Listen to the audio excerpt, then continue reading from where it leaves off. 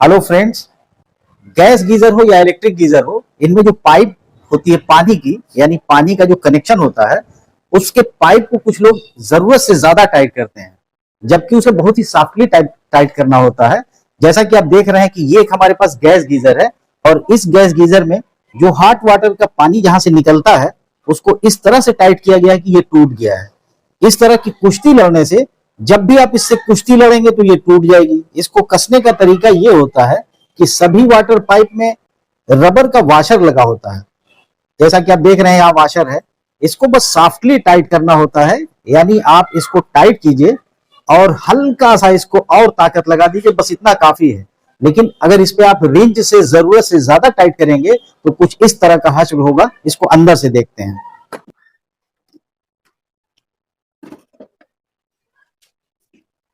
जैसा कि आप देख रहे हैं, ये इसका वाटर इनलेट है, यानी यहां से पानी जाने का रास्ता है। जबकि ये पाइप जो आप देख रहे हैं, ये इसका आउटलेट है।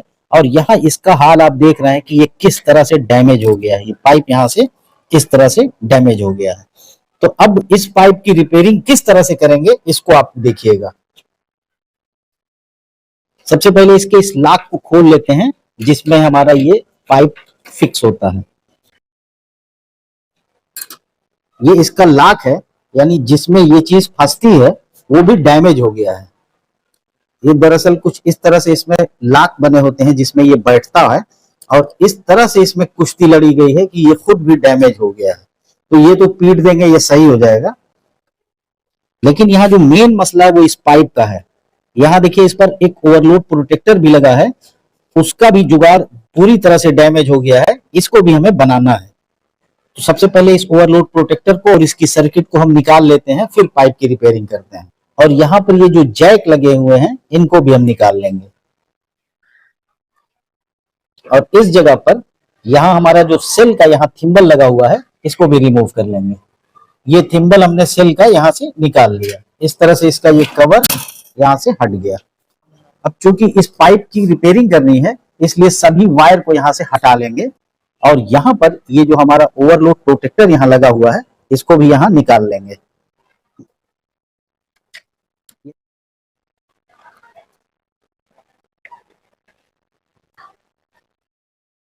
ये इसका ओवरलोड प्रोटेक्टर है, जिसको हमने यहाँ से हटा दिया। तो कुल हमारी जो वायरिंग के वायर हैं, इन सभी को हमने यहाँ से हटा लिया है। अब ये हमारा वो पाइप है जिसे हमें रिपेयर करना है। ये हमारे ओवरलोड प्रोटेक्टर की प्लेट है जो पाइप पर कनेक्ट है। तो हम यहाँ पर जो भी पाइप कनेक्ट करेंगे, उस पर ये प्लेट को भी कनेक्ट करेंगे। इसके लिए सबसे पहले इस पाइप को हम कट कर लेते हैं। इस पाइप को थोड़ा सीधा कर लेते हैं इस तरह से, और इसे हम बाहर निकालेंगे।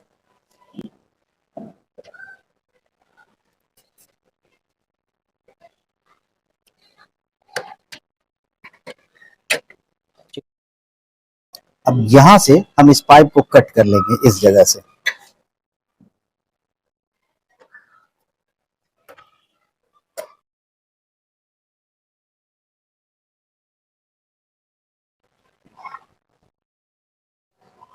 पाइप को टाइट करने में जो कुश्ती लड़ी गई, उसकी वजह से ये टूट गया है।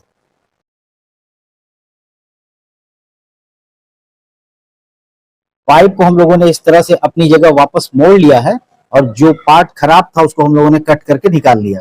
अब इसकी जगह हम दूसरा पाइप एक इस्तेमाल करेंगे, और इस जो ओवरलोड की प्लेट है, इसको इसी पर कनेक्ट करेंगे।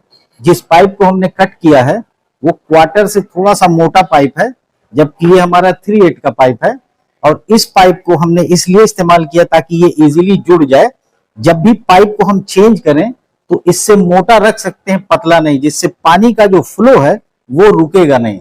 अगर पतला करेंगे तो पानी का फ्लो रुक जाएगा आने में, तो जाने में भी प्रॉब्लम आएगी, जिससे हमारे इस गीजर को प्रॉब्लम होगी। इसके लिए हमने मोटे पाइप का इस्तेमाल किया है, जिसको कुछ हम बेंड कर ले रहे हैं अपने बेंडर से।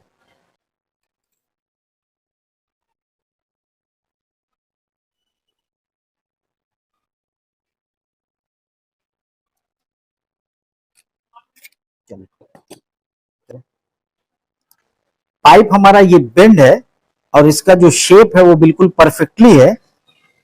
इस पाइप को हम लोग यहाँ पर जो वाटर आउटलेट का हमारा ये पोर्ट है, इसको हम यहाँ पर कनेक्ट कर लेंगे इस तरह से। और फिर ये यहां पर इस पाइप से कुछ इस तरह से कनेक्ट हो जाएगा। तो इस तरह से ये परफेक्टली अपनी जगह बैठ जाएगा। ये पाइप हम लोगों ने कनेक्ट कर लिया। जैसा कि आप देख रहे हैं कि ये जो चीज टूटी हुई थी, यानी जो डिस्चार्ज लाइन का जो पोर्ट था वो पाइप से अलग हो गया था, इसको भी हम लोगों ने ज्वाइन कर लिया। और ओवरलोड के लिए जो जगह थी, प्लेट जो थी, उसको भी इस पे कनेक्ट कर लिया। और ये पाइप यहां हम लोगों ने कनेक्ट कर लिया इस जगह। तो इस तरह से ये परफेक्टली अपने शेप में आ गया। अब हम इसको यहाँ फिक्स करेंगे और इसकी वायरिंग को कंप्लीट कर देंगे। ये लॉक हम लोगों ने यहाँ पर इस तरह से टाइट कर लिया, जिससे ये परफेक्टली अपनी जगह बैठ गया। ये ओवरलोड प्रोटेक्टर है जो अपनी जगह पर इसको हम कस देंगे।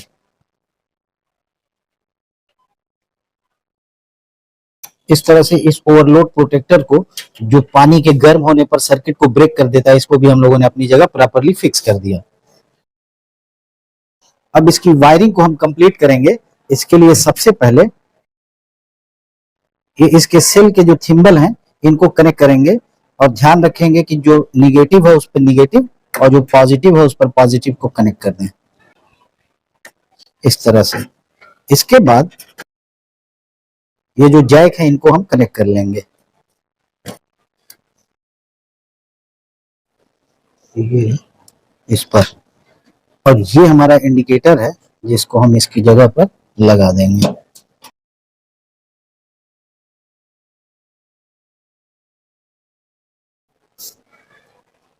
और फिर इसके कवर को हम अपनी जगह फिक्स कर देंगे।